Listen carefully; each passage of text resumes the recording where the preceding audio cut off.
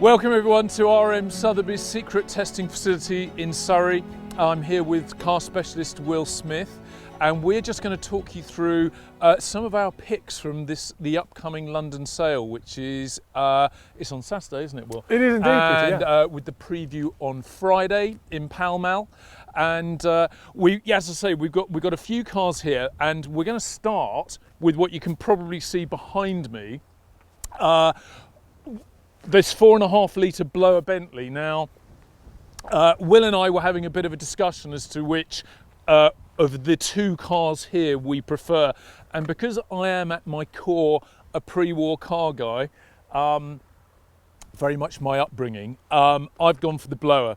And it's a really special car. I mean, that's underplaying it actually, because this is one of the 50 original Blowers that were produced by the factory. The Blower Bentley was very much the brainchild of Tim Birkin, who wanted to put a thwacking great supercharger on a 4.5 litre Bentley to go off and do Le Mans. And W.O. Bentley somewhat reluctantly agreed, and what emerged is a car of legend, I suppose. And this is especially special because it's chassis number one, and this car was also a factory demonstrator. In 1929 it was on the London Motor Show stand, and so it really has got incredible history, lots and lots of performance. It's an absolute beast. I mean, look at the size of it.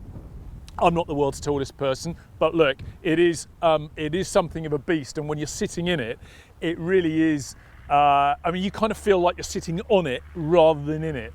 But the sense of occasion is absolutely incredible, and I absolutely love it.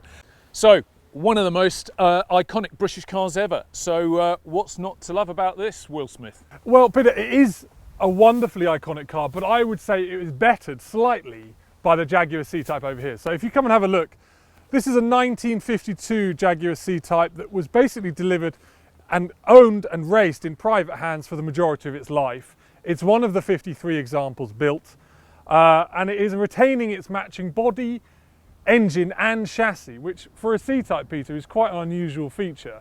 The car's got fantastic period race history, mainly in the United States, where it was campaigned and raced in club events throughout the 50s and 60s. It was restored in the late 1980s and is now retaining that lovely mellowed down patina that C-Types just work so well with.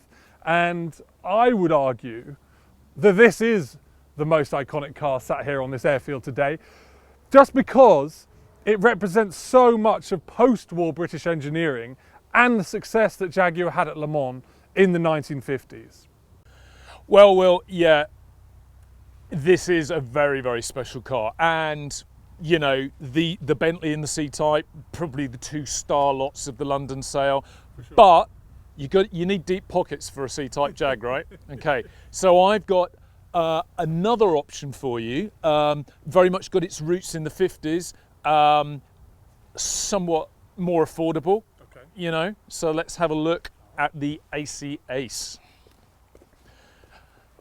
So now, I do love an Ace. So, and this is an Ace Bristol, which is the car that I particularly covet owning, because it's got the amazing 6-cylinder Bristol engine, which has actually got its origins pre-war. It's fundamentally the same engine that you'd see in a BMW 328 pre-war, and it found its way into Frazer-Nash Le Mans reps and all sorts of other cars, actually, as well as the AC Ace. And what a noise. We were just talking about the noise. An amazing noise. Incredible. I mean, the exhaust rasp. If you develop this engine to the nth degree, what you end up with is something akin to the Cooper Bristol Formula 2 engine.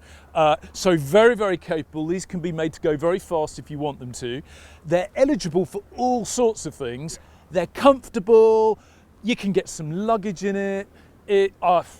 I mean, I think the AC Ace, if you want you know, a sort of a post-war sports car that's stylish, and of course a lot of people will recognise the fact that this is fundamentally the basis of what Carroll Shelby developed into the Cobra. For sure. So it's got all of that going for it, and yeah, I love it.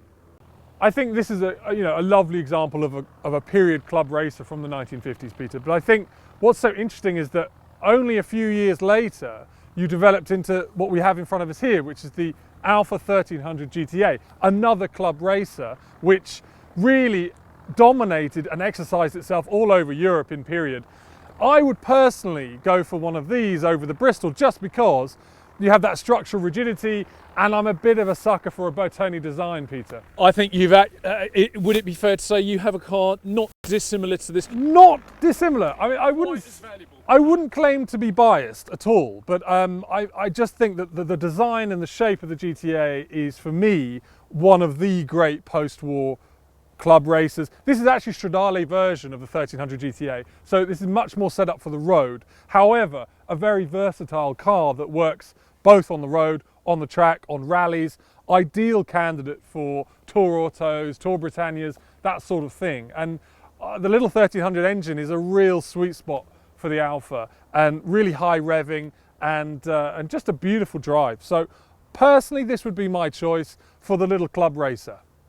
The Alfa is a fantastic car, and very much kind of a sort of, I daren't say a poor man's Ferrari, but you know, because people say that, they do say that. Because you wouldn't be especially poor if you bought this, but it's kind of got that sort of vibe. Alfas always do. Yeah. But now, you know, these cars have their engines in the front.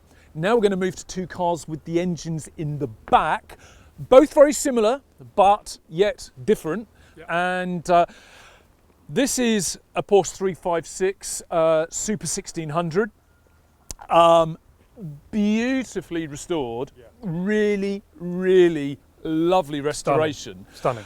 But the thing about this car is it was owned new by Speed Demon on water and land, Donald Campbell. And, you know, I think this is the original shade of blue. Meissen blue. Yes, Meissen blue. It's not the actual sort of bluebird blue that we associate with the Campbell family, but it's very close, and it's the colour that it was ordered in new, red leather interior. And we've actually unearthed some really cool video footage of this car the year it was made, doing an event called the Blériot race, where Donald Campbell was actually sharing this with Billy Butlin, of all people, of Butlin's holiday camp fame, which is really lovely to have. But, you know, as a Campbell car, it's got a really special place in history, and it's just a lovely Porsche 356 anyway. It drives beautifully, Peter. I tell you, I drove it over here and I was so impressed with how the gearbox felt, how tight it felt. You know, someone's clearly spent a lot of money restoring this car to almost better than new condition, I would say. And you know, the thing is with these, like, everyone loves them, right? I mean, this is one of the, my wife is not into classic cars at all. This is one of the few classics that she loves because they're just so pretty to look at, and they're not intimidating either, are they? They're quite mechanically, they're quite simple. Yeah. They're fast enough to be fun, but they're not crazy fast. So similar to this, but slightly different, using the same underpinnings, the same basic chassis and engine, so on and so forth, is what we have over here. Now this is a sanctioned Zagato 356 Speedster, which is a completely unique and unusual car. It is the only sanctioned Zagato Speedster built, and although built in 2015, the car is effectively an identical replica of a car that raced in period in 58 and 59 with great success. So I drove this car over earlier, Peter, and again it drove really nicely. You can tell it's been put together beautifully, and just as a design, as a piece of engineering, you would never get bored looking at this car, would you? No. Absolutely stunning to look at, and these fins at the back here look just really unusual, and I must say it's a firm favourite of mine.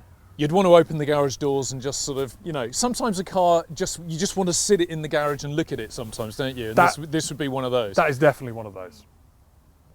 But I mean, the thing about these is, you know, part of the appeal is it's small and it's light.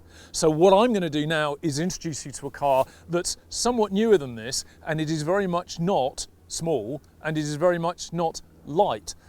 It is in fact this rather wide and quite awesome, in fact, Koenig Mercedes 560 SEC.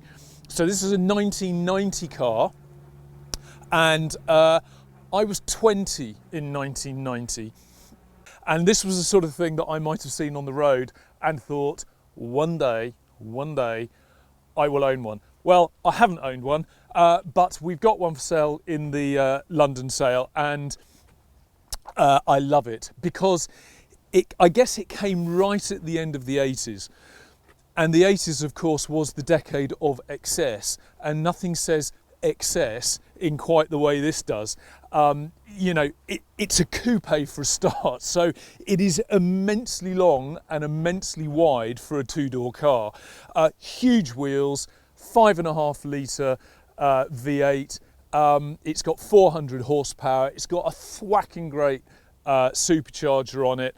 When I drove the car over here from where we're storing it, you can feel how much power you've got under your right foot. I mean, it's got a lot of get up and go. The only thing I would say, small observation, I said to Will earlier, it has the smallest wing mirrors that I think I've ever experienced on a car. They are absolutely tiny, so you don't get an awful lot of rear view vision, but then I'm supposing not many people, no one's overtaking, are they? Don't need them. No one's overtaking. You don't need mirrors.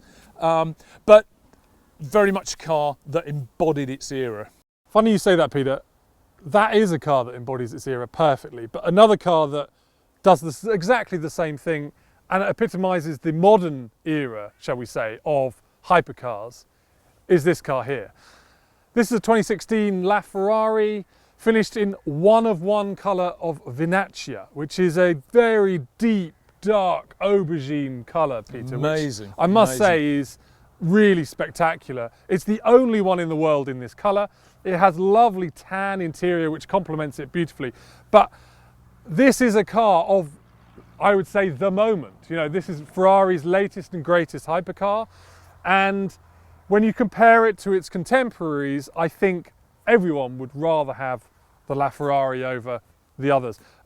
In terms of the LaFerrari, I think this is the one, because, you know, when you look at the P1 and you look at the 918, it seems as if the demand and the market is very much speaking and moving towards LaFerraris as the car to own at the moment, Peter. And I mean, what a colour as well. It's incredible. And this is really completely unique, right? No other LaFerraris in this colour. It is the only one in the world in this colour. And I think that says a lot if you're someone that really wants to stand out and have something that's eminently collectible going forward.